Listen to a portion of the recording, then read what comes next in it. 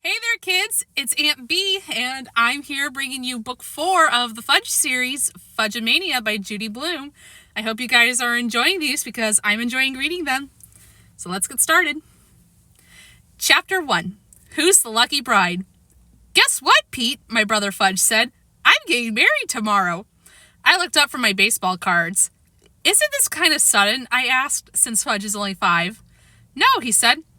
Well, who's the lucky bride? Sheila Tubman, Fudge said. I hit the floor, pretending to have fainted dead away. I did a good job of it because Fudge started shaking me and shouting, Get up, Pete! What's with this Pete business, I thought. Ever since he could talk, he's called me Pita. Then Tootsie, my sister, who's just a year and a half, danced around me singing, Up, Pete, up! Next, Mom was beside me saying, Peter, what happened? Are you all right? I told him I was getting married, Fudge said, and he just fell over. I fell over when you told me who you were marrying, I said. Who are you marrying, Fudge? Mom asked, as if we were seriously discussing his wedding. Sheila Tubman, Fudge said.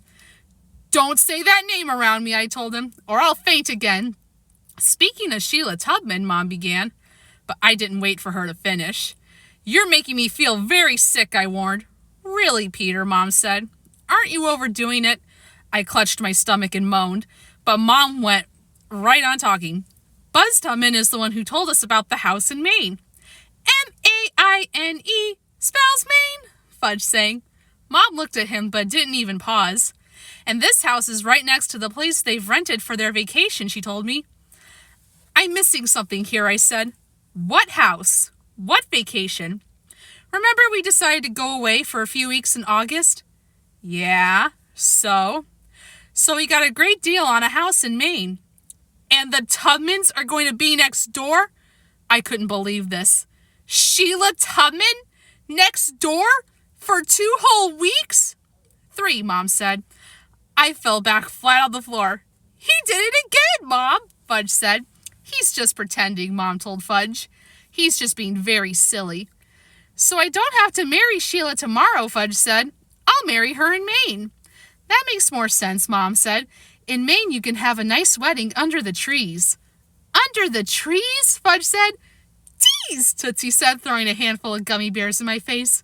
And that's how it all began. And that was kind of a short chapter, so I'm going to go ahead and do chapter 2. Pete and Farley. That night we went to Tico Taco for supper. I wasn't very hungry. The idea of spending 3 weeks next door to Sheila Tubman was enough to take away my appetite. I wish the Tubmans would move to another planet. But until that happens, there's no way to avoid Sheila. She lives in our apartment building. We go to the same school. I kind of groaned and Dad looked at me. What is it, Peter? Sheila Tubman, I said. What about her? Dad asked. We're getting married, Fudge said, his mouth full of chicken and taco shell. I'm not talking about your wedding, I said. I'm talking about spending 3 weeks in Maine next door to the Tubmans. It won't be as bad as you think, Mom said. You don't know how bad I think it will be. Sheila's older now. She's finished 6th grade, same as you. What's age got to do with it, I said. She'll still be the queen of cooties. What's cooties? Fudge asked. When I didn't answer, he tugged on my sleeve. What's cooties, Pete? Since when am I Pete? I asked, shaking him off. Since today, he said. Well, I prefer Peter if you don't mind. Pete is a better name for a big brother. And Farley is a better name for a little brother. I figured that would shut him up since his real name is Farley Drexel Hatcher, and he's ready to kill anybody who calls me that. Don't call me Farley, he said. Then he really let go and yelled, I'm Fudge! The waiter who heard him from across the room came over to our table and said, Sorry, we don't have any tonight, but we do have mud pie, which is almost the same thing. Dad had to explain that we weren't talking about dessert. And Mom added, We never eat dessert until we've finished our main course. Oh, the waiter said. But before he had a chance to get away, Fudge looked up at him and said, Do you have cooties? Cooties? The waiter asked. For dessert?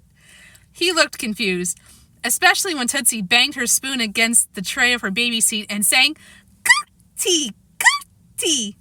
I could tell Fudge was about to ask the same question again.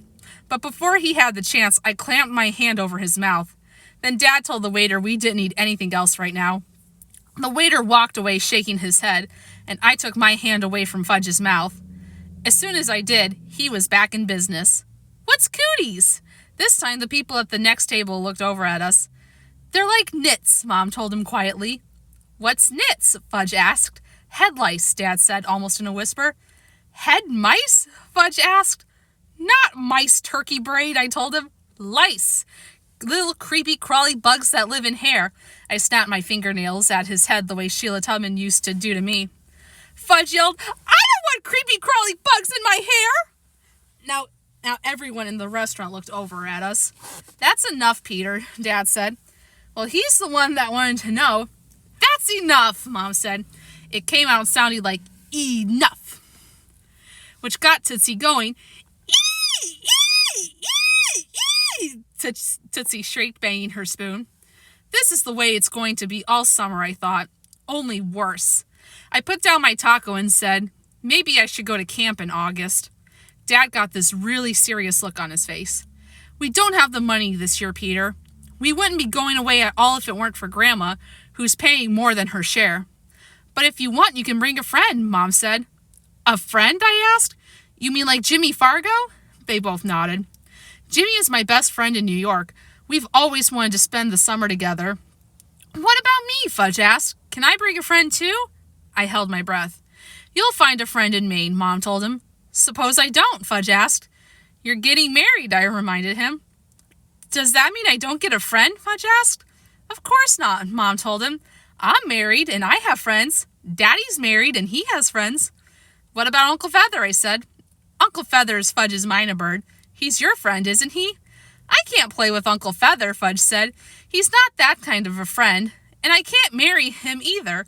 If he was a girl bird, it would be different." "People don't marry birds," I told him.